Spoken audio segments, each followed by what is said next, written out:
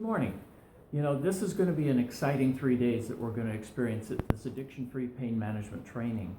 And to start off, I think it's always important to tell people how this came about, how it evolved, how it developed. And so that's what I'm going to share with you guys right now, is how this process called addiction-free pain management really was born. And believe it or not, it was born in 1962 when I was 12 years old.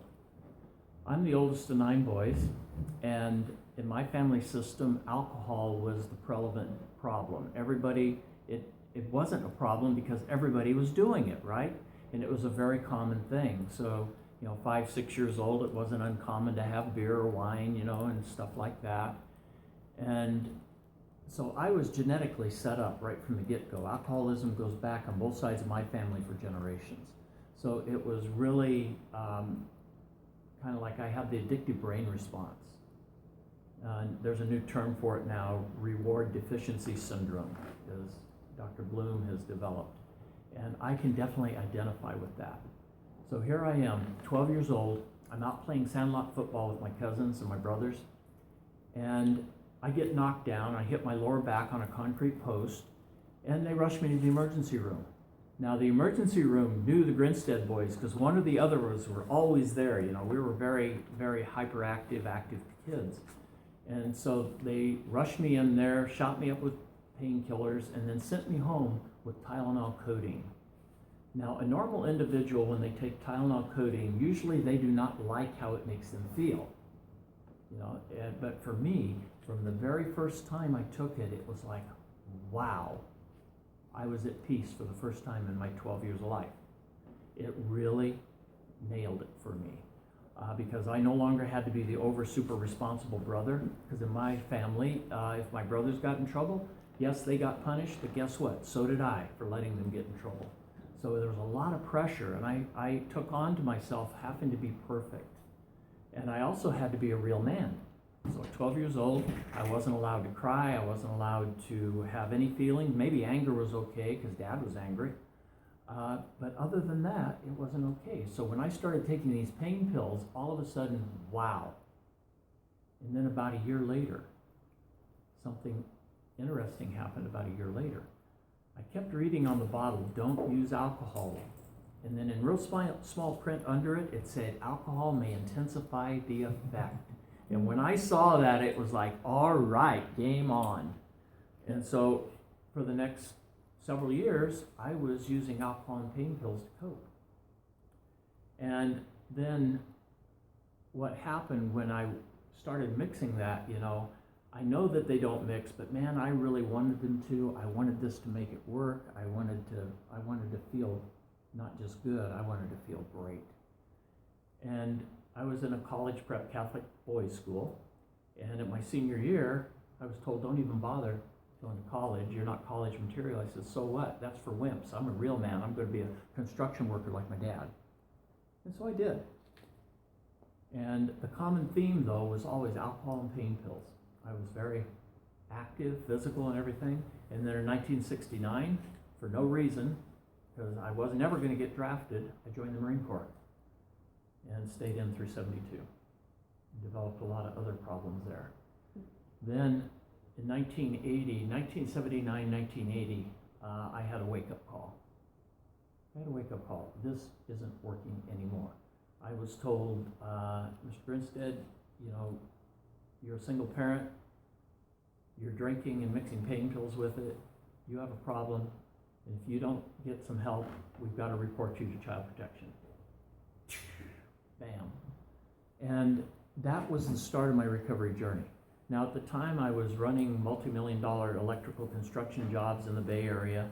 I was also a martial artist. I was getting ready to get my black belt and very high functioning, right? And so I figured I'll show them, I'll go to meetings, get them signed off, bring them proof that I'm doing what I'm supposed to do, but I don't need their help. I'll work those steps by myself. I'll slow down a little. Instead of doing all 12 of them today, I'll do one a day. I don't need no damn sponsor. I made fun of people that were there for years. This one guy, Larry, he was in there about over 33 years, and every chance I got, I made fun of him for being in recovery. Says, you must be really sick if you keep coming back after all these years. And then in January 22nd, 1981, I found out willpower and self-discipline does not work with an addictive disorder. And I found myself using, and it dawned on me what the hell I did. That next morning, I couldn't sleep that night. That next morning, I went to that early morning meeting that I was going to. As soon as Larry got out of his car, I rushed up to him, apologized profusely, and begged him to be my sponsor. And that was an amazing start of an amazing journey. And that decision about a year later saved my life. So it was an amazing journey. So then what happened in 1983, I started working with other people. I started training to be a counselor, a human services counselor, and then I was in voc rehab from an injury I had, and they said, you've got good people skills, and what is your passion? What area do you want to work in? So what do you think I chose? Addiction! And it was amazing because I was hired by Dr. Jerry Calloway and Dr. Philip Mack, who ran the Chemical Dependency Institute in Campbell, California at the time. It later evolved into Good Sam and then other things. And they hired me. And I don't know if this has happened to any of you guys, but have you ever been hired for something and told just go do it, but not told how? Mm-hmm. Yeah, that was me. So I was thrown in the deep end of the pool. And man, I made lots of mistakes and I learned lots of stuff. And then in 1986, an amazing opportunity came up because in 1986, my supervisor, Molly Burke, was one of the first group of therapists to get advanced relapse prevention certification from Terry Gorski. And she brought his model back to the hospital. I started using it with the pain patients and amazing things happened. We had a high incident with the pain patients. They had twice as high leaving treatment against medical advice as the addiction patients did. After I started implementing Terry's model, especially a revised version of the relapse intervention plan, made it an AMA block plan, after about 3 months, my AMA rate was now lower than the addiction patients, and the other counselors didn't know what the hell was going on. And I says, you guys keep scoffing about Gorski, and you don't want to talk about relapse because it might give clients ideas, but you've got to educate them about this, and you've got to do prevention. And it really made a difference. And so then in 1991, I went and took the training with Terry. And we did not get off to a good start.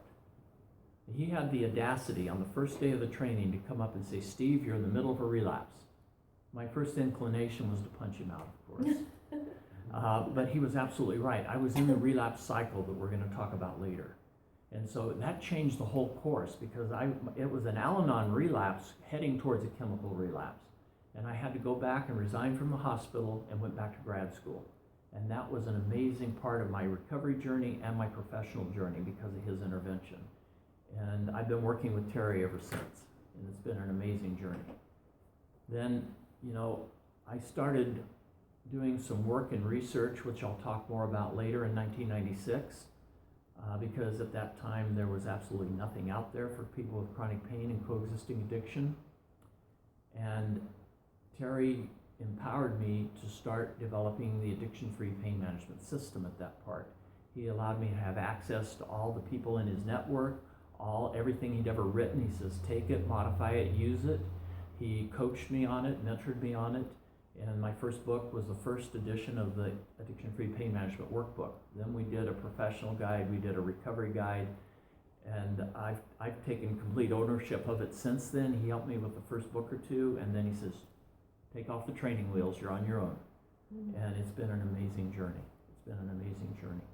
When I was developing the process, I would send out different parts of these exercises in the book to over 1,000 different people in the Synapse database to get feedback. What do you see about this is working? What suggestions would you have? What adaptations might be helpful? And I took all that in and before I published. So I got a lot of extra input from people. Then in 1997, I started doing clinical skills trainings in the addiction-free pain management model. And I was also now going out on my own for Terry doing professional trainings in relapse prevention. And at that point, we had also started developing the denial management counseling system. So it's been an amazing journey. I started working with people to have them take it back into their treatment programs to make a difference with this, a lot of you shared, you work with this very challenging population with chronic pain and medication issues, and what do you do? You know, what do you do? It's a tightrope walk, right? So what do you do? So in 2006, I started training and certifying programs to become centers of excellence. Unfortunately, many of the programs were not willing to adhere to the stringent criteria that I demand in order to put my name behind it and Terry's name behind it. So there's very few around the country right now. And hopefully in Southern California, there's going to be the state-of-the-art one pretty soon. So that's going to be a real passion for mine. It's from the ground up, because most places I go into, they've got an existing model and they have to try to figure how are we going to do this, and it's very challenging.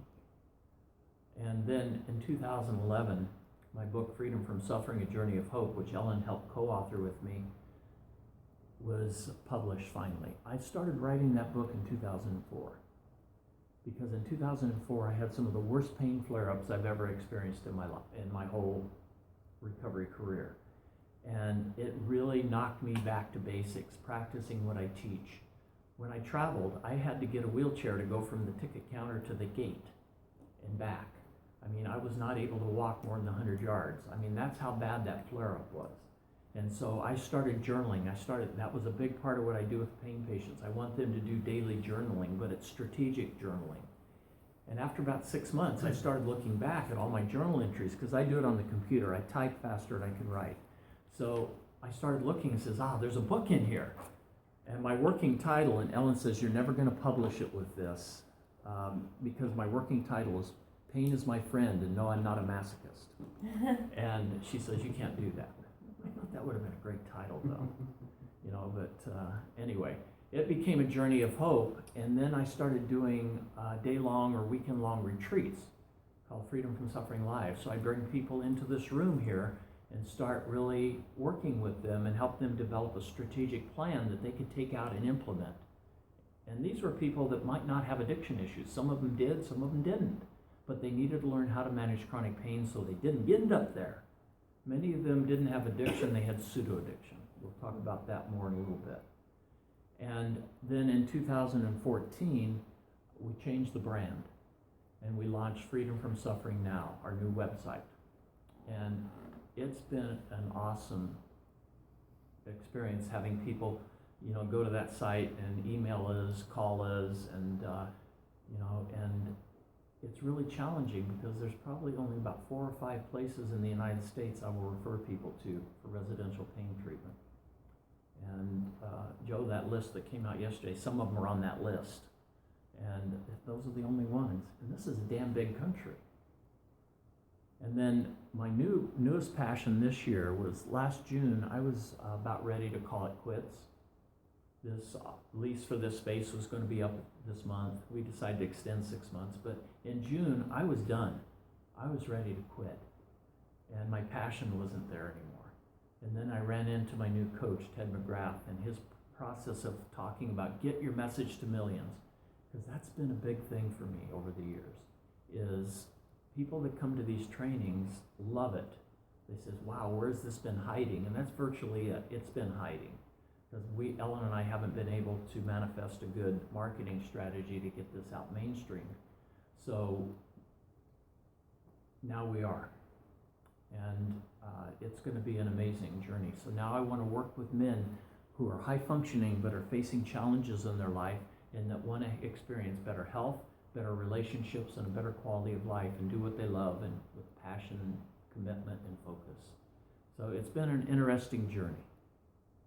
And so that's how you got here today, is what I've just went through. I've been putting it together for a long time. You know, last year I did an interview with Terry Gorski, and I really resonated because the title he chose for it, How to Be an Overnight Success in 40 Years.